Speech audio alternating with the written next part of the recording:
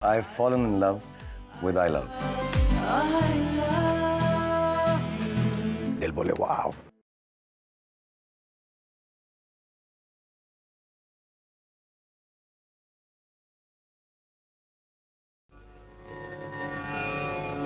कर्मण्येवाधिकारस्ते मा फलेषु कदाचन मा कर्मफलहेतुर्भो मा ते सङ्गोऽस्त्वपि कर्मणि.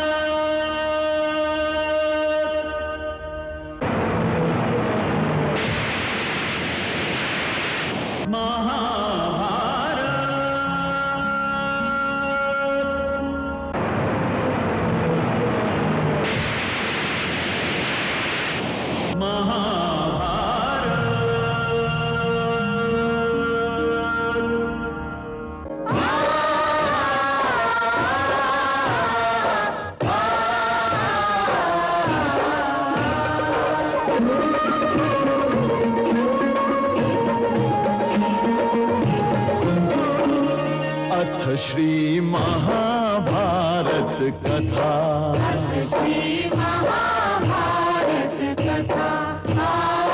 महाभारत कथा.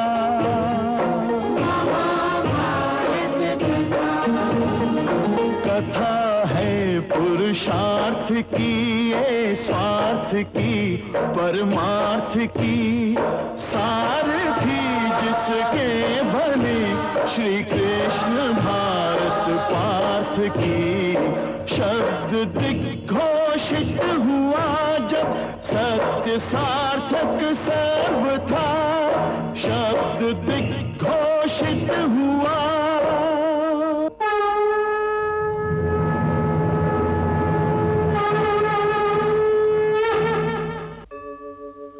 यदा यदा हि धर्मस्य ग्लानिर्भवति भारत अभ्युत्थानम् अधर्मस्य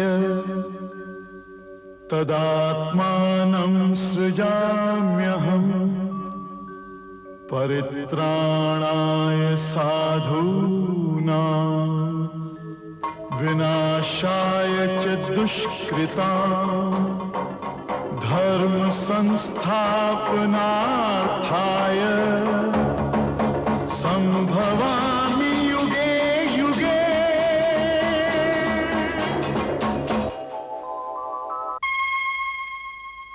मैं तो निरपेक्ष हूं, इसलिए शब्दों को चबाए बिना कह सकता हूं कि किसी ढक्कन से ज्वालामुखी का मुंह नहीं बंद किया जा सकता.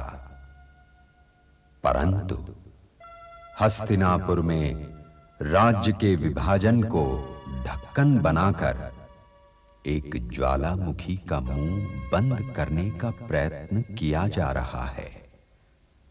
और युधिष्ठिर ने शायद शांति की खोज में घाटे का यह सौदा कर भी लिया, लेकिन समय होने के नाते मैं जो कुछ जानता हूं वो बता रहा हूं. धृतराष्ट्र का यह निर्णय कोई सीधा सादा झगड़ों से बचने वाला निर्णय नहीं. धृतराष्ट्र ने भले ही इतना न सोचा हो, परंतु शकुनी ने बहुत सोच समझकर ये योजना बनाई थी.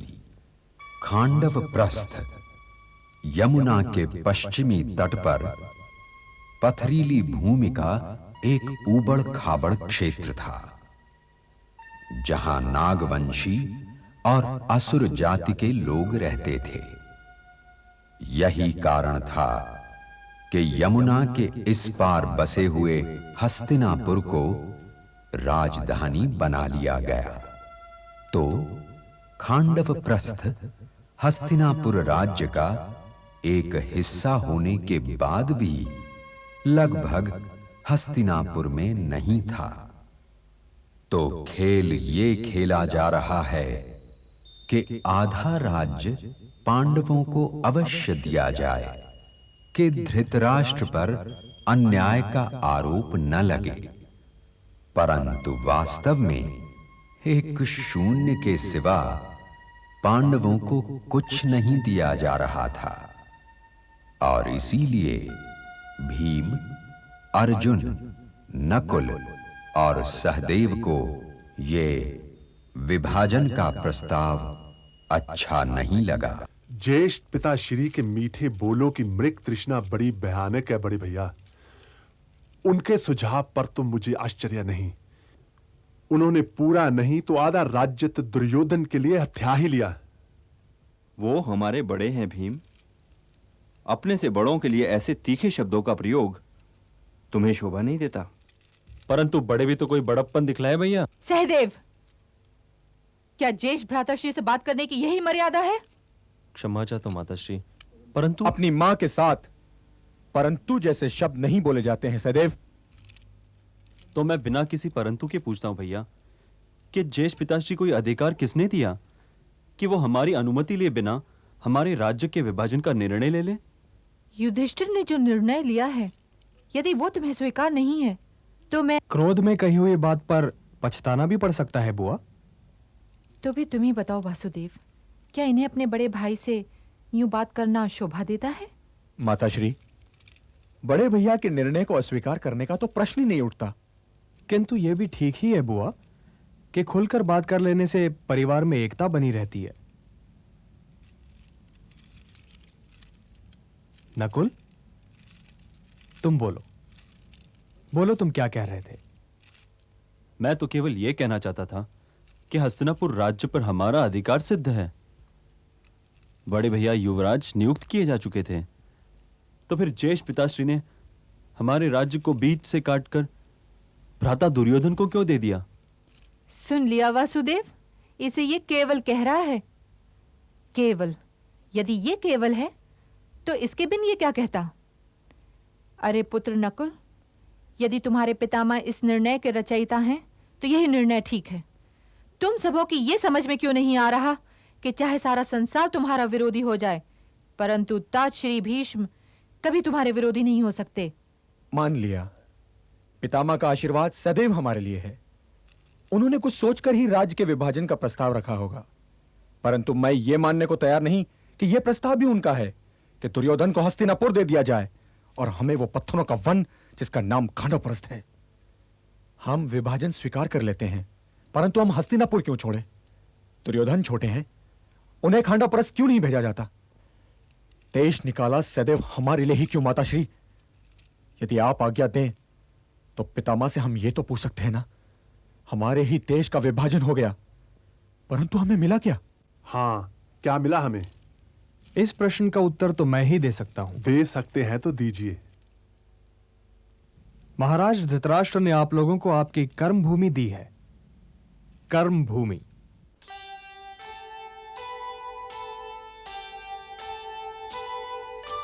कर्म करे किस्मत बने, जीवन का यह मर्म, प्राणी तेरे हाथ में, तेरा अपना कर्म, तेरा अपना कर्म।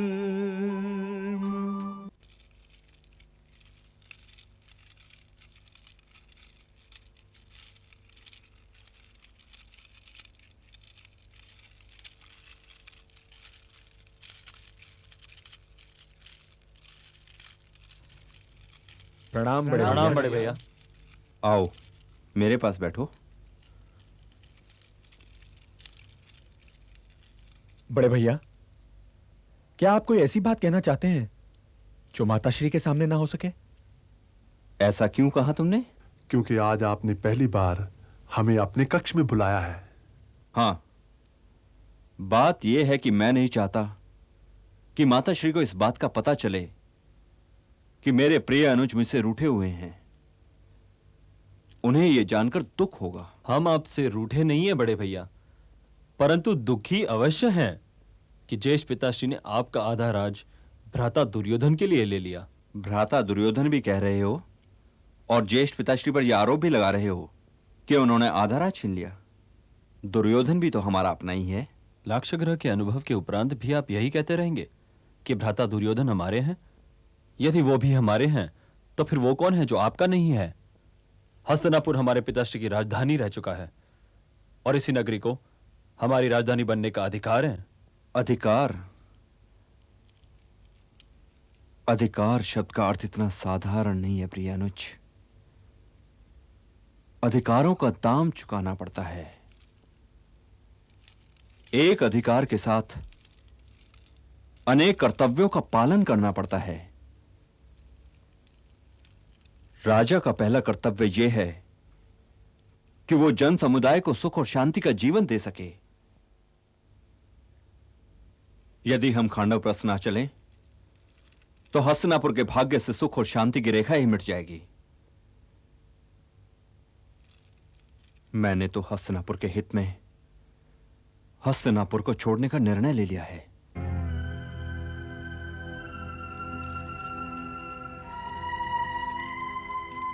तो क्या इसका अर्थ यह नहीं हुआ बड़े भैया कि आपके राज्य अभिषेक के उपरांत हस्तिनापुर से हमारा नाता ही टूट जाएगा?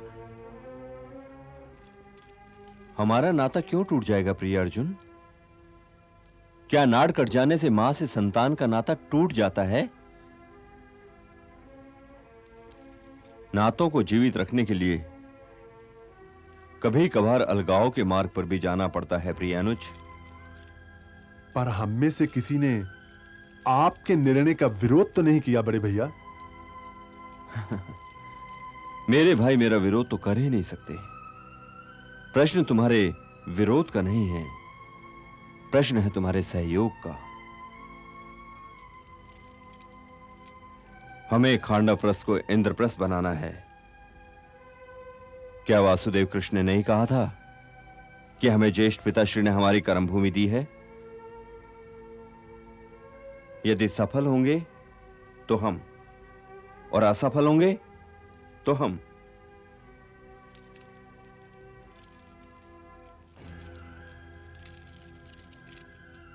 परंतु मैं अकेला तो यह काम नहीं कर सकता, क्योंकि तुम चारों भाई मेरे हाथ पांव, मेरी आंखें और मेरे कान हो। यदि तुम लोग मेरे साथ ना रहे तो मैं चल नहीं सकता, क्योंकि भीम मेरा पांव है।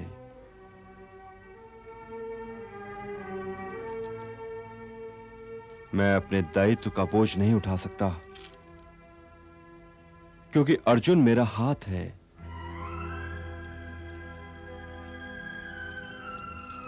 और मैं कुछ देख नहीं सकता, क्योंकि नकुल और सहदेव मेरी आंखें हैं। मुझे हस्तिनापुर का राज सिंहासन नहीं चाहिए, मुझे मेरे अपने भाई चाहिए। यदि तुम लोग मेरे साथ रहे तो हम उस खांडवप्रस्थ की ऊबड़ खाबड़ पथरीली और कटीली भूमि को स्वर्ग बना देंगे कि स्वयं इंद्र भी स्वर्ग को छोड़कर हमारी नगरी में आ बसें।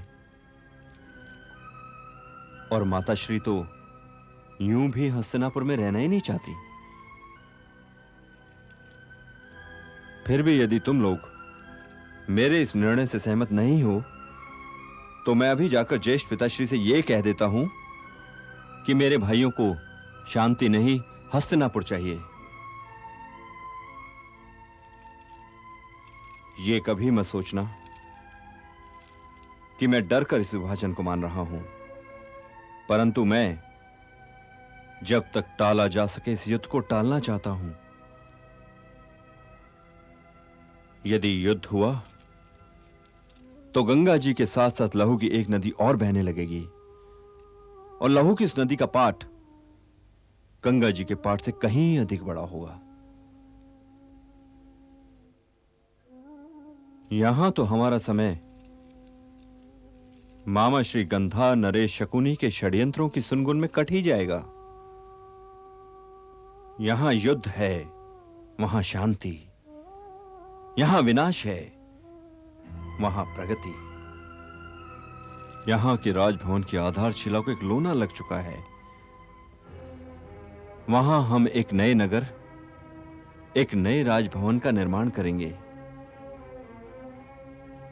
शांति की खोज में यदि चक्रधारी कृष्ण मथुरा छोड़कर द्वारिका जा सकते हैं, तो हम लोग हस्तिनापुर छोड़कर खांडवप्रस्थ क्यों नहीं जा सकते? सच पूछो तो मुझे यह चिंता है कि वहां भी गंधा नरेश शकुनी हमें सुख चैन से रहने देंगे या नहीं।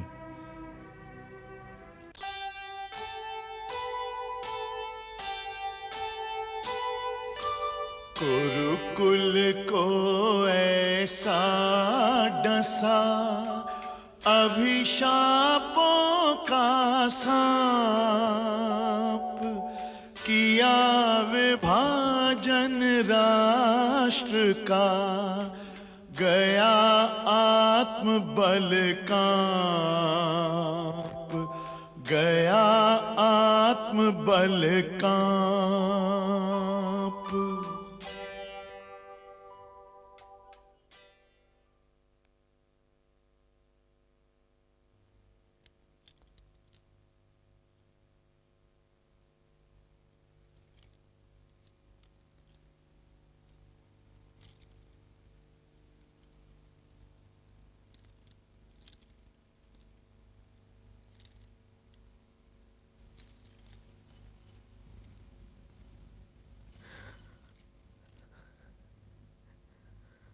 आप कब तक जागते रहेंगे आर्यपुत्र?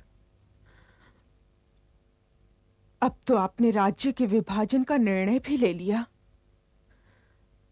अब तो सो जाइए। नींद मेरी दासी नहीं है गांधारी कि मैं आदेश दूं और वो तुरंत दौड़ी दौड़ी आए और आकर पूछे क्या आज्ञा है महाराज।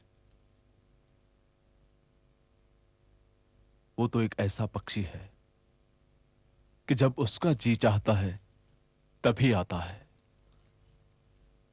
और आकर पलकों के झुंड में बसेरा कर लेता है। नींद तो एक वैरागिनी है प्रिय, जिसे राजाओं और नरेशों की आंखों के राजभवन यूं भी नहीं भाते, और मेरी आंखों की काली गुफाओं में तो आना उसने जैसे छोड़ ही दिया है। वही तो पूछ रही हूं कि अब क्या कारण है।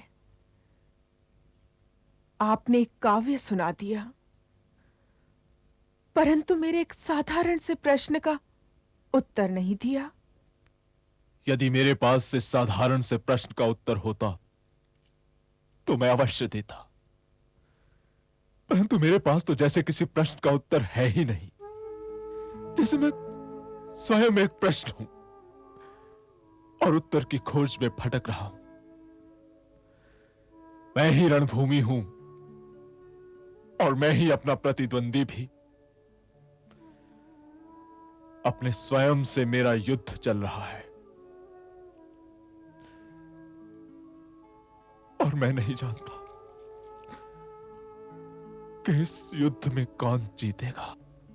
इन वाक्यों का अर्थ यही है कि आप मुझसे कुछ छिपा रहे हैं आर्यपुत्र। हां, और बहुत सी बातें ऐसी हैं जिन्हें मैं अपने आप से भी छिपाना चाहता हूं। तुम्हें हस्तिनापुर में अंधेरे के अतिरिक्त और मिला क्या है? तो मैं तुम्हें अपने अंधेरों की भागीदारिणी क्यों बनाऊं? ये तो आप मेरे साथ बड़ा अन्याय कर रहे हैं। कदाचित।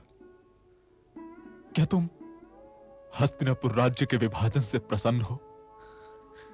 नहीं।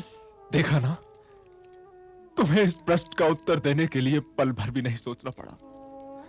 और मैं अपने पूर्वजों के इस राज्य का विभाजन करने के पश्चात भी ये नहीं जानता कि ऐसा करके मैं प्रसन्न हूं कि प्रसन्न नहीं हूं।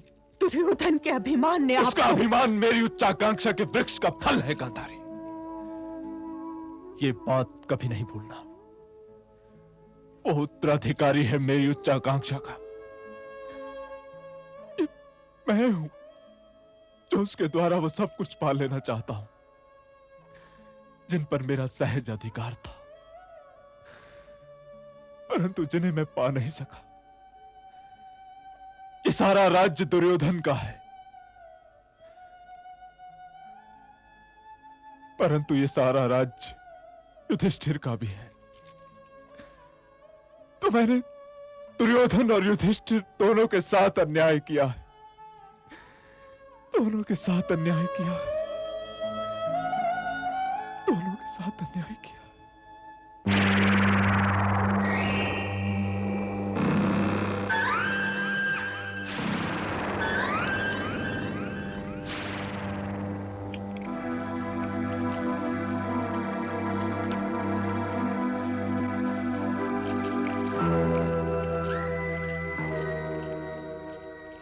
मामा श्री, माथे पर अब ये चिंता की लकीरें क्यों? और क्या, अब तो हमारी छाती से पांडवों का पंचशूल भी निकल गया।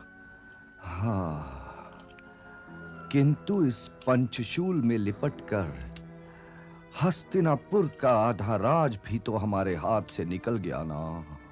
ये अच्छा तो मुझे भी नहीं लगा मामा श्री, परंतु मैं करता क्या? पिताश्री की निष्ठा बीच से कटी हुई है। वो मेरे तो हैं ही, परंतु दुख की बात तो यह है कि वो पांडवों के भी हैं। छोटी मां के सामने आ जाते ही वो कुछ कह नहीं पाते।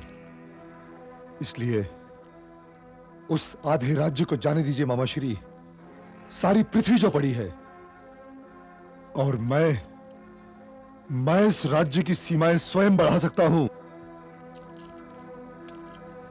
इसमें तो मुझे संदेह ही नहीं है दुर्योधन, परंतु हस्तिनापुर राज्य का एक टुकड़ा तो हाथ से निकल ही गया ना।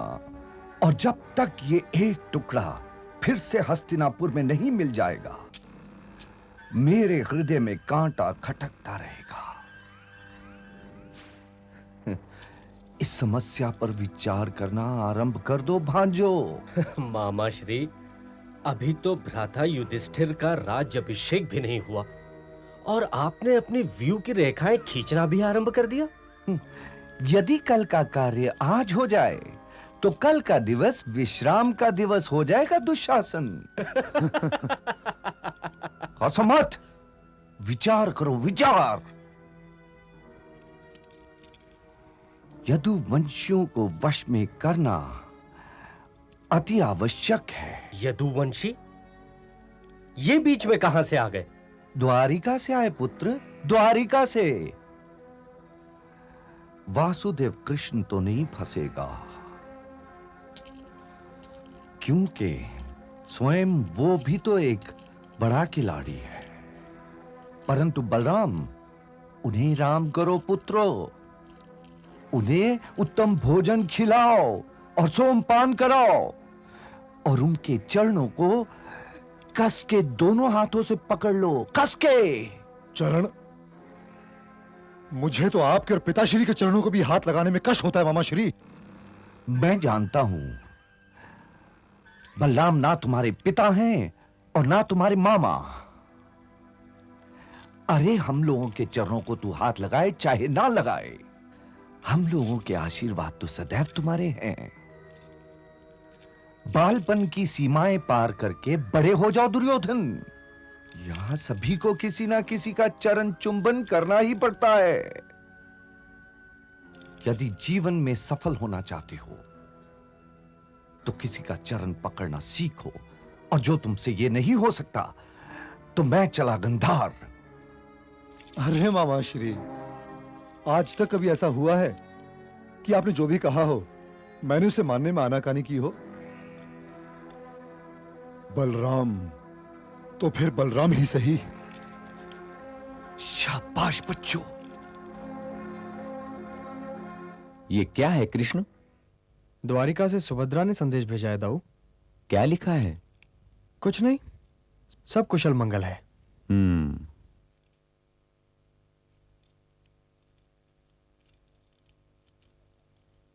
युवराज आपके दर्शनों के लिए पधारे हैं। युधिष्ठिर जी आए हैं? दाऊ मैं उन्हें लेकर आता हूं। सेवक तो युवराज दुर्योधन के आने की सूचना लेकर आया था। हाँ, याद आया। अब युवराज वही हैं, क्योंकि ज्येष्ठ पांडुपुत्र तो अब खांडव प्रस्थ नरेश कहे जाएंगे। बुलाओ। जो आज्ञा। परंतु दाऊ, क्या दुर्योधन केवल आपके दर्शन के अभिलाषी हैं? मैं किसी गिनती में नहीं। क्या तुम्हारे गिनती में होने का अर्थ यह है कि मुझसे कोई मिलने आ ही नहीं सकता? लोग तो बड़ों से ही मिलने आते हैं ना, छोटों से मिला थोड़ी जाता है। उन्हें तो बस आशीर्वाद ही दिया जा सकता है। निस्संदेह दाऊ, निस्संदेह।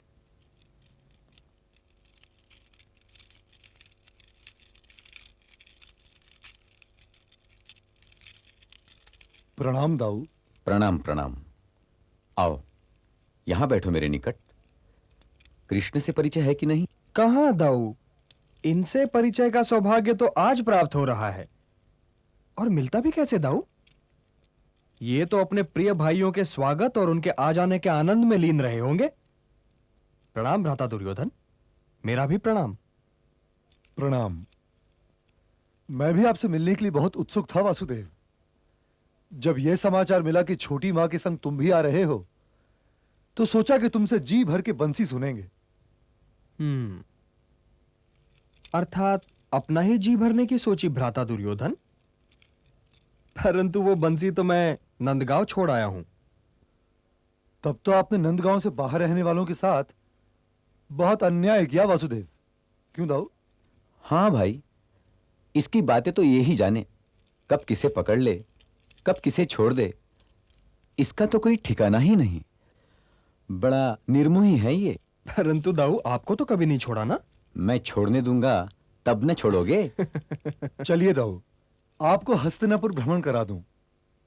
हमारी नगरी द्वारिका जैसी तो नहीं है, फिर भी देखने योग्य अवश्य है। हाँ दाऊ, अवश्य जाइए। तुम नहीं चलोगे क्या? नहीं दाऊ, मैं तनिक भर के लिए पहले विदुर जी के घर जाऊंगा, फिर द्रोणाचार्य जी और पितामह भीष्म के दर्शन करूंगा।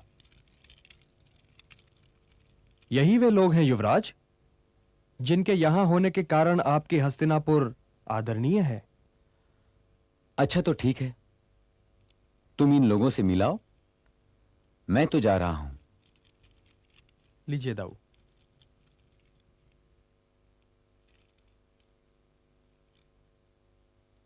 चलिए दाऊ। चलो प्रिय दुर्योधन।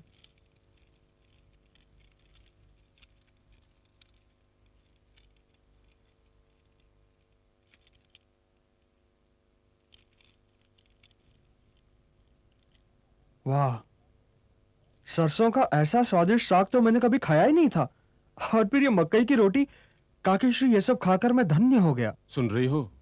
तुम्हारे पकाए साग को खाकर कौन धन्य हो रहा है? सच कह रहा हूं काकाश्री, राजभवन के पकवान खा खाकर मन ऊब गया था। अब कभी हस्तिनापुर आना हुआ तो आप ही का अतिथि बनूंगा। तब तो इस घर के भाग ही खुलेंगे वासुदेव। अपना ये वचन भूल तो नहीं जाइएगा। इन्हें भूलना ही तो नहीं आता भाग्यवान।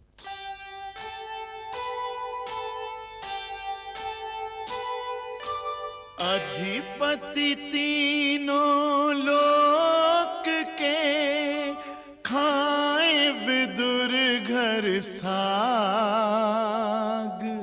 स्वाद भरा था प्रेम का, साग बना अनुराग, साग बना अनुराग। एक प्रश्न करूं वासुदेव? क्यों नहीं, अवश्य पूछिए। प्रश्नों के उत्तर देने के लिए ही तो मैं यहां आया हूं। कामपिल से द्वारिका के मार्ग में हस्तिनापुर तो नहीं आता, या आता है? आज के भारतवर्ष का कोई मार्ग हस्तिनापुर से कतरा के जा ही नहीं सकता विदुर जी। और आप स्वयं इस रहस्य को जानते हैं। जो हो रहा है उसे होने दीजिए, और जो होने वाला है उसकी प्रतीक्षा कीजिए। मेरे हस्तिनापुर के ये कैसे बुरे दिन चल रहे हैं वासुदेव। यदि ऐसा न होता तो क्या युधिष्ठिर जैसे योग्य कुमार को यूं घर निकाला मिलता? दिन तो शुभ या अशुभ होते ही नहीं काकीश्री। शुभ या अशुभ होते हैं कर्म, केवल कर्म।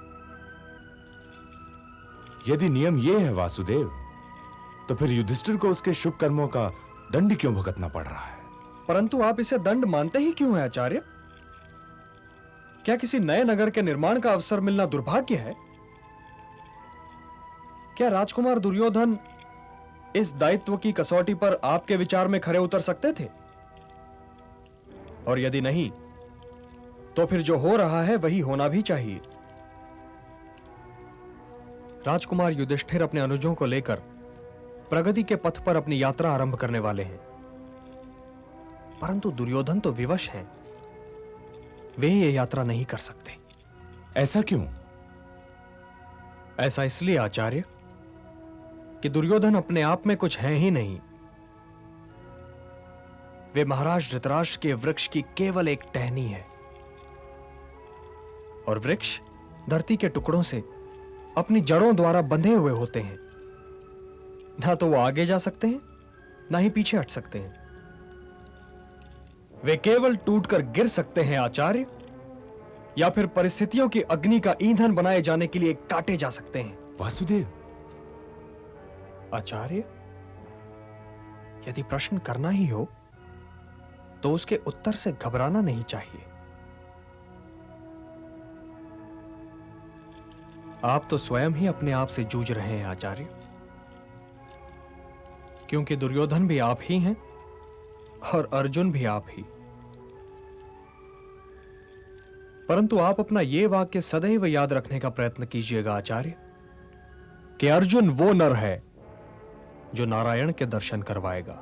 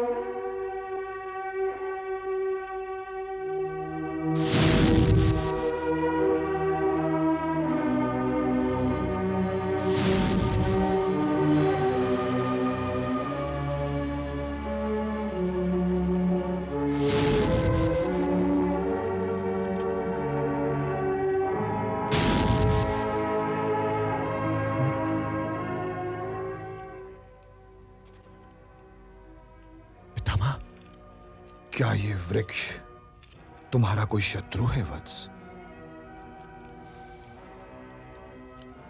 क्रोध का सबसे बड़ा अवगुण यही है पुत्र, कि वो दोषी और निर्दोष में कोई अंतर नहीं कर सकता। तुम धृतराष्ट्र के अन्याय का क्रोध इस विवश वृक्ष पर उतार रहे हो, जो अपनी रक्षा भी नहीं कर सकता, जबकि क्षत्रिय का पहला कर्तव्य यह है कि वो विवश की सहायता करे। यदि आप ये जानते थे पितामह कि ज्येष्ठ पिताश्री ने हमारे साथ अन्याय किया है, तो फिर आपने उस अन्याय का विरोध क्यों नहीं किया? क्या अन्याय को जानते हुए भी अन्याय पर चुप रह जाना अन्याय को अपना सहयोग देने के बराबर नहीं है पितामह? अवश्य है पुत्र, अवश्य है, परंतु हस्तिनापुर को विनाश से बचाने का और कोई मार्ग दिखाई भी नहीं दे रहा। यदि ज्येष्ठ पिताश्री मेरे बीच से हट जाए तो मेरा यह धनुष इस समस्या का समाधान बन सकता है पितामह। इस समस्या का समाधान बन सकता है, और कदाचित बने भी। चौंको मत पुत्र, बूढ़ा हो चुका हूं, तुमसे 3 पीढ़ी पीछे का व्यक्ति हूं। आंखें धुंधला चली हैं। आने वाली रात के उस पार जो दिन है, वह कदाचित अब मुझे ठीक से दिखाई नहीं देता।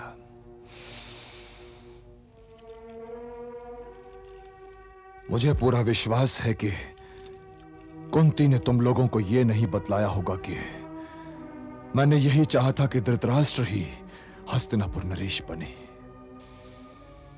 ऐसा नहीं है कि मैं ये नहीं जानता कि किसी नेत्रहीन का राज सिंहासन पर कोई अधिकार नहीं हो सकता। मैंने धृतराष्ट्र को केवल इसलिए राजा नहीं बनवाना चाहा था कि वो एक ज्येष्ठ पुत्र है, परंतु वो मेरा शिष्य भी है।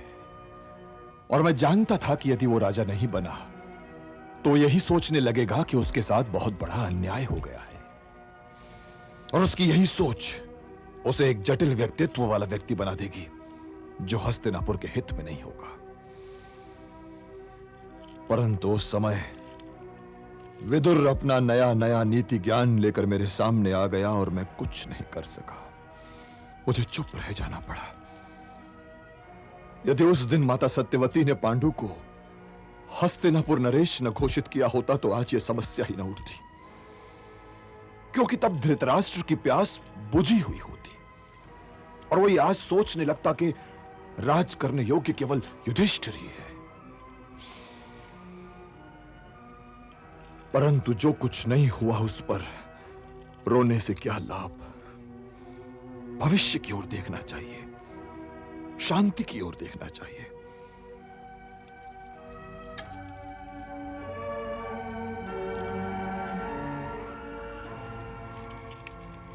ठीक है, तो फिर आप हमारे साथ चलिए पितामह। हम ये राज त्याग सकते हैं, परंतु आप हमसे नहीं त्यागे जाएंगे पितामह।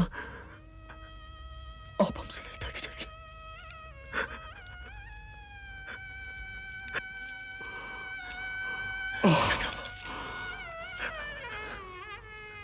तुम्हारे साथ चलना मेरे वश में नहीं है पुत्र, वश में नहीं है।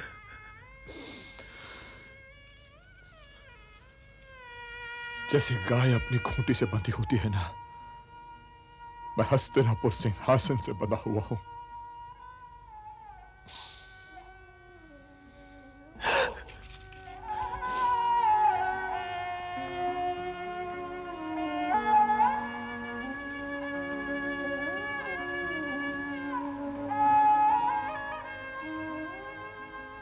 महाराज का आदेश है कि युवराज युधिष्ठिर के राज्याभिषेक में सारे प्रसिद्ध आचार्य और शास्त्री आमंत्रित किए जाएं। 1008 ब्राह्मण महावत एक पुरोहित की देखरेख में हाथियों पर गंगा जल लाने के लिए नियुक्त किए जाएं और युधिष्ठिर के लिए स्वयं महाराज की सवारी का हाथी सजाया जाए। इस हाथी के पीछे पीछे सारे ब्राह्मण गण और नागरिक मंगल गान करते हुए चलेंगे।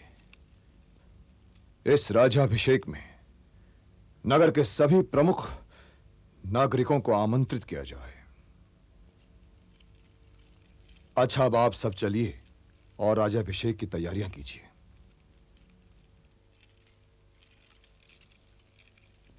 प्रणाम तातश्री। आयुष्मान भव। कोई समाचार विदुर? दुर्योधन बलराम जी को हस्तिनापुर की सैर कराने ले गए हैं। अब वो क्या चाहता है? वो राज्य के विभाजन से प्रसन्न तो नहीं है न तातश्री। वो सदैव यही चाहता रहेगा कि उसके हाथ से निकल जाने वाला यह आधा राज्य फिर उसके हाथ में लौट आए। उसके पास अभी कौन सा राज्य है कि वो सीमाएं बढ़ाने के सपने देख रहा है? भ्राताश्री धृतराष्ट्र अपने पुत्र दुर्योधन ही की आंखों से सपना देखा करते हैं ना तातश्री। हे भगवान, ईर्ष्या की ये आग क्या कभी बुझेगी ही नहीं? प्रणाम पितामह। आओ देवकी नंदन, आओ।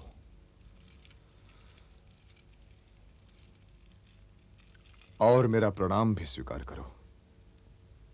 ये बड़े अपने छोटों को कब से प्रणाम करने लगे पितामह? ये गणित के किस नियम ने मुझे तुमसे बड़ा बना दिया है देवकी नंदन? आयु पितामह। तुम अतिथि हो वासुदेव, तुम्हें झुठला भी नहीं सकता। स्थान ग्रहण करो। पहले आप।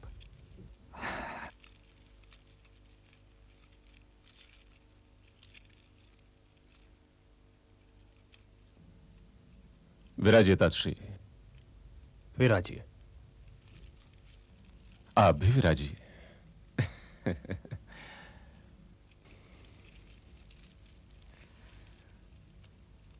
राज्याभिषेक के उपरांत क्या संकल्प है वासुदेव?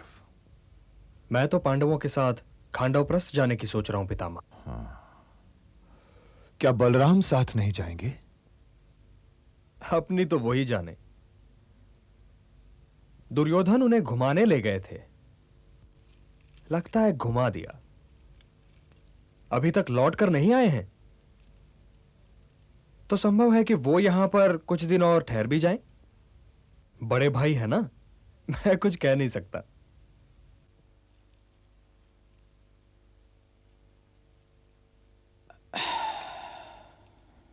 अरे दाऊ, आप तो कुछ खा ही नहीं रहे। अरे भाई, और कितना खाऊं? अब बस करता हूं। अच्छा, थोड़ी सी खीर और।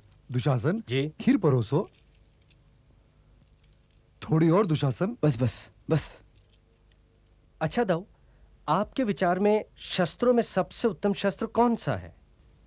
मेरे लिए तो मेरा हल, परंतु सबसे उत्तम शस्त्र है तो गदा।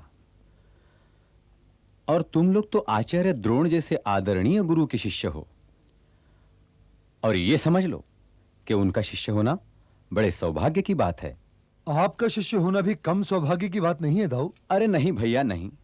हम कहां के गुरु हो गए, बस गदा भांज लेते हैं।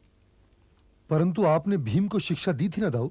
परंतु आप भीम की भांति दाऊ की सगी बुआ के पुत्र थोड़ी हैं भैया। घी तो खिचड़ी में ही जाएगा ना। अरे, ये तुम क्या कह रहे हो? मेरे लिए तो जैसा भीम है वैसा ही दुर्योधन। ठीक है। खांडवप्रस्थ से कृष्ण को द्वारिका भेज दूंगा, और फिर मैं यहां चला आऊंगा कुछ दिनों के लिए। कुछ दिनों से काम नहीं चलेगा दाऊ। मैं तो जी भर के गदा युद्ध सीखूंगा। अच्छा, जी भर के सीख लेना, और फिर मैं जी भर के सिखा दूंगा। अभी राज्याभिषेक तो हो जाने दो। भोले से बलराम को करके मीठी बात, दुर्योधन की चाल ने फंसा लिया कर घात। सीख हम बीते युगों से नए युग का करें स्वागत, करें स्वागत, करें स्वागत, करें स्वागत।